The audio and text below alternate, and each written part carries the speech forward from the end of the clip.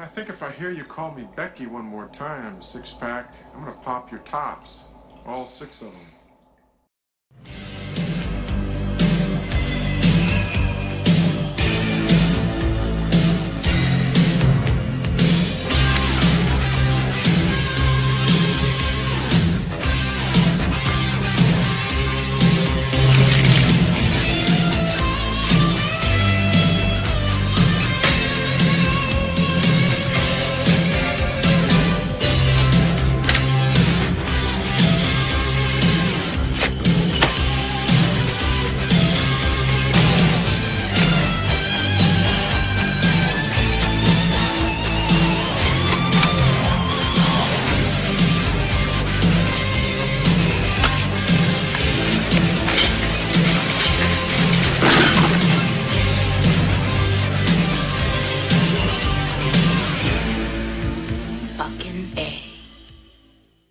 This is Matt once again. Welcome back to another review, and this is actually a PayPal request from a very nice guy who goes by the username Fan of Eli, and he actually requested a couple movies. This is one of them. Thank you so much for that. If anyone is ever interested in requesting a review, or doesn't have to be a review, it could be pretty much anything, video, topic, whatever, you could do it through my PayPal, which the link to that will be down below. Or if you're interested in joining my Patreon with the tiers, that's down below as well. Then again, thank you so much. And today, we're talking about a film called The Aggression Scale from 2012, which I had never heard of. That's one of the interesting things about this, is checking out films I never even heard of. I looked at the director and I went, oh shit. Oh shit, because the director is Stephen C. Miller. Now, to be fair, he did the remake of Silent Night, which I'm not a big fan of, but it's not the worst thing ever. But he also did Automaton Transfusion, which, if I did a list of the worst zombie films I've ever seen, that would easily be on there. And of course, this is the guy who did Escape Plan 2. One of the worst fucking Sylvester Stallone films I have ever seen in my fucking life. And I ranted on that piece of shit. It's on my channel. It's on the playlist with my Sylvester Stallone movie reviews. Escape Plan 3, as shady as it is still a slim better than Escape Plan 2. Like, Escape Plan 2 is fucking hot garbage. And he's done a couple of movies with Bruce Willis. Well, more like his emotionless clone in there, because I'm like, that ain't Bruce Willis that I remember. That's some fucking android that just looks like Bruce Willis.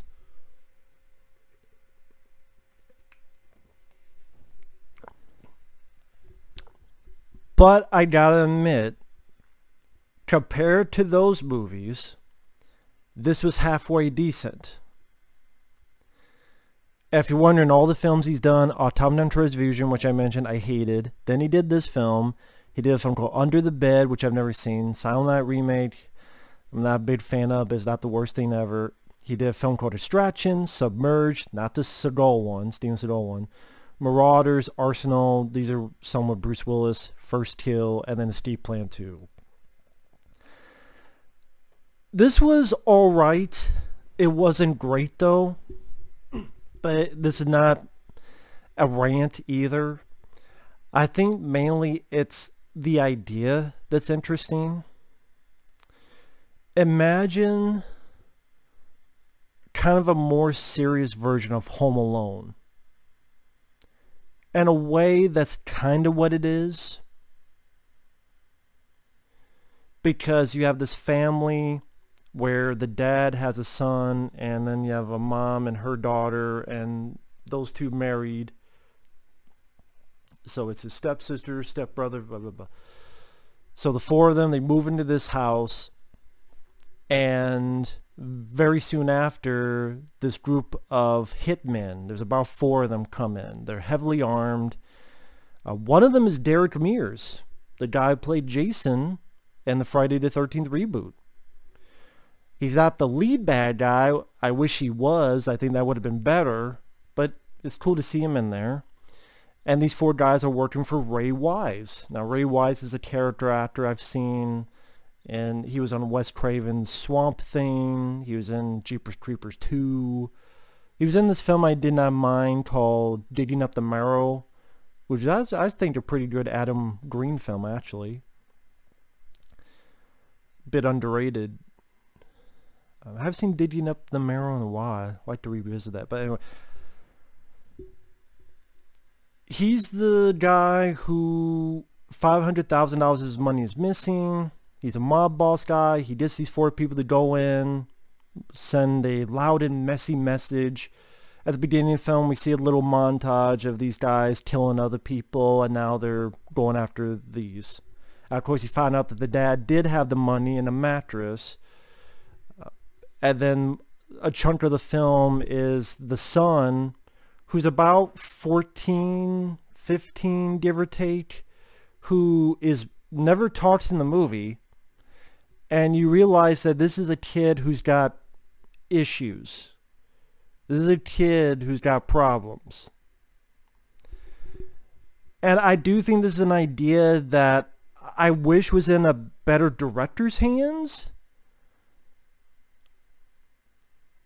But as it is, it's not like the worst thing ever. I would say it's worth a watch for the idea. But again, I can say that if you had a different director, and I don't know if he wrote this film. No, Ben Powell did. It would work better, because I do like the idea. I think it's an interesting idea, like a more serious version of Home Alone, because this kid, you find out the father got the money because to get his kid out of the, pretty much, well, not really the psych ward, but pretty much. And this is a kid that, even though things are getting dangerous and messy, he's pretty damn efficient. This is a kid that before even the shit hits the fan, he has this little thing he makes and he shoots a spider.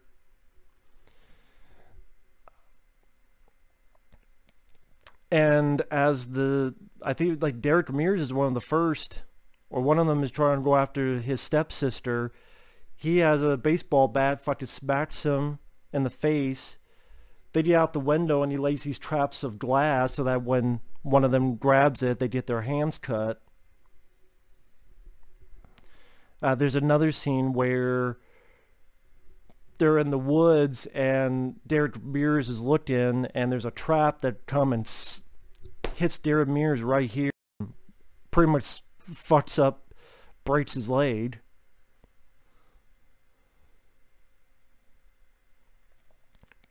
There's one part much later in the film where a guy falls into these, I don't know if people even remember jacks. You know, you get the ball and you grab the things. Imagine those are sharpened and someone falls on it and it sticks to their face. Oh, it reminds me of what someone did on YouTube. They took Home Alone and they just added in CG blood. So like when Macaulay Culkin is doing his stuff, like this is what would really happen. You can find on YouTube. I do think the lead kid did a good job. Granted, I mean, it's tough when you have to act without dialogue. But just his look, his reaction, his physical, his body movements, I thought he pulled it off fairly well. Derek Mears, he's having a little bit of fun with his role. I wish, again, he was the lead and there's a lot more to that. Because there's a chunk of the film where he disappears. Like kind of after he gets his leg hit and stuff, he disappears for a good chunk. Because the main bad guy, the leader of these 4, I don't know. He's there, but I thought Derek Mears, his character seemed to have a little bit more personality. Plus, it's Derek Mears. It's Jason. One of the Jasons. You know, it's Jason. I mean, why not? That's what I'm thinking. Like, why not? Why isn't he the lead? And he has a couple funny lines. Like, he's like, I want to go home, man. I want to see my wife. Then I want to see my girlfriend.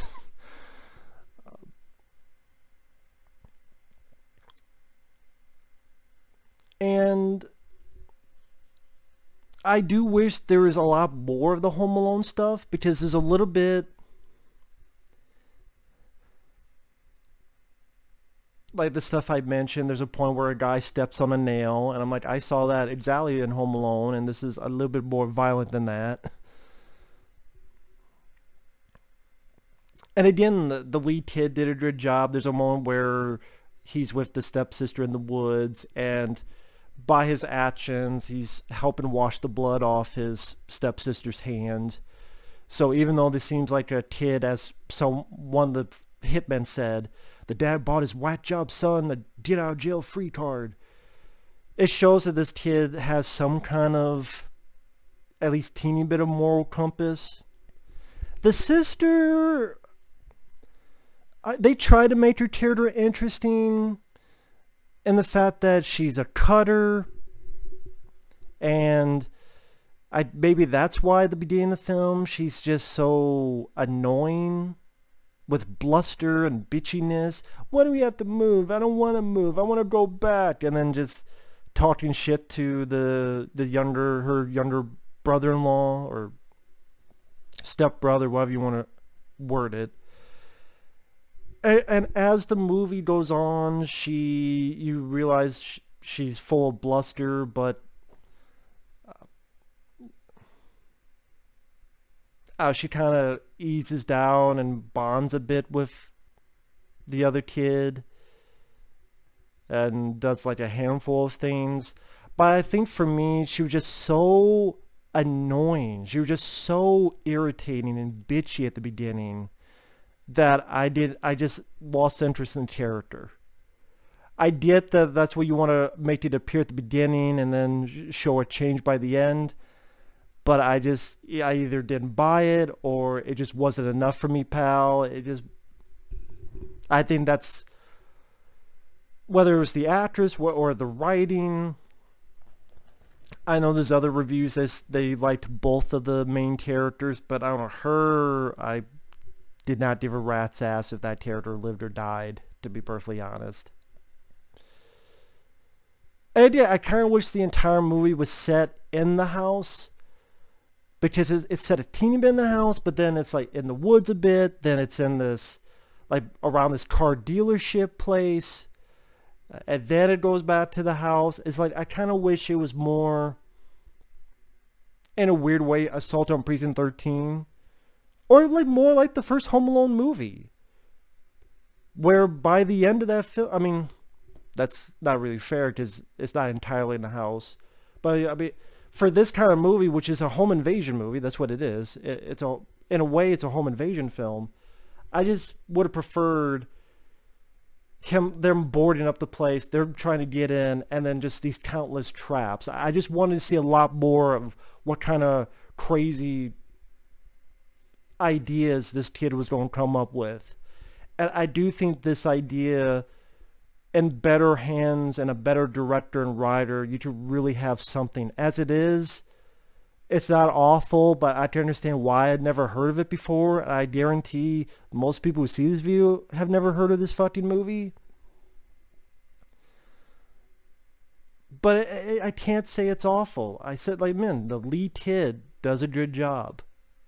Little things like the blades on the windowsills, seeing Derek Mears in there, having little traps in the woods. The little traps and how the main bad guy gets taken out, which definitely screams Home Alone. The very, very end is really fucking lame, which, spoiler alert, starting now. It ends with they taking care of the people. Before that, Derek Mears, the way he gets taken out is shitty because he disappeared for a while because he was hurt in the woods. He comes back, and then the asshole lead of the four bad guys shoots Derek Mears in the head. I don't know why. I think that was stupid. I thought that was really lame. Like, that's the way Derek Mears gets taken out. I just thought it was sort of a lame cop-out. A bit of a waste of Derek Mears on that front. And then, you know, they take the kid and then takes care of it, very Home Alone style, which I won't give it all away. Then Ray Wise, the mob boss, is staying in this trailer. The kid and his stepsister, they're in this car. He's got a shotgun. They're driving towards Ray Wise. Because of Ray Wise looking out, the truck's going towards the camera. It ends. And I'm going, that's really how you're gonna fucking end it? Like, this is the guy who orchestrated this stuff.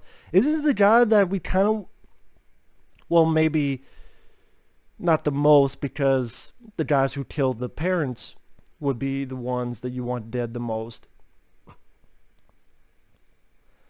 But when you want to see Ray Wise just come up, but you don't. So you're left thinking, did the kid use the shotgun? If they were just going to plow through and run him over, then okay, why does the kid have the shotgun? Or did he use the shotgun, blow his head off? Like, what happened? For all I know, they fucked up. Ray Wise had a gun. Pop, pop. Oh, what a relief it is. And got the fuck out of Dodge, for all I know. So I just thought, I seriously thought, is something missing? Is this edited? But no, so... And that made me think of what I was saying before. I wanted to see more of the Home Alone stuff. This is about a 90-minute movie. It takes about 30 minutes for the bad guys to finally get to the house where this four-piece family are at. Just the first 30 minutes is either trying to bond with seeing these four as a family, while the bad guys, they're taking care of other people that they think have Ray Wise's money. I thought that's a bit too long to get to the main event. And I think that would have helped the pacing a bit better. I understand you can't do it in just 5 minutes, but still. And then with all the other stuff I said, it was an interesting watch. I don't see myself ever watching the film again. But like I said, if you're interested in seeing somewhat what a more serious version of Home Alone would be, and I don't know if it's on Netflix or whatever, you could give it a look. It's up to you. It's definitely a lot better. I would say it's the best Stephen C. Miller film I've seen. But that's not saying much, because I don't think Stephen C. Miller is much of a filmmaker. Because even this, I wish this was in a better director's hands. Maybe it's the writing that's the issue. Maybe it's that. So maybe, but either way, that's my jumbled thoughts on the aggression scale. So thanks for watching. Take care. Thank you once again, fan of Eli. I appreciate it. I'm going to get to your other requests as soon as I can. If anyone wants to request anything, both the Patreon and my PayPal links are down below. Thank you, and we'll see you guys later. Bye-bye.